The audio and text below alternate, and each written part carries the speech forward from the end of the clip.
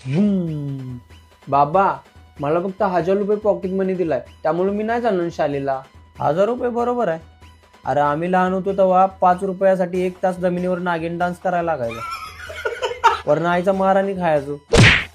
आणि मार खाताना जर बांगड्या फुटल्या आईच्या तर अजून मार खायचा.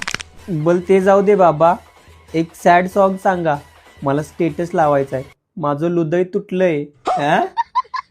अरे ज्या वयात तुझं हृदय तुटालंय त्या वयात आमची पाठीवरची पेन्सिल तुटायची रे.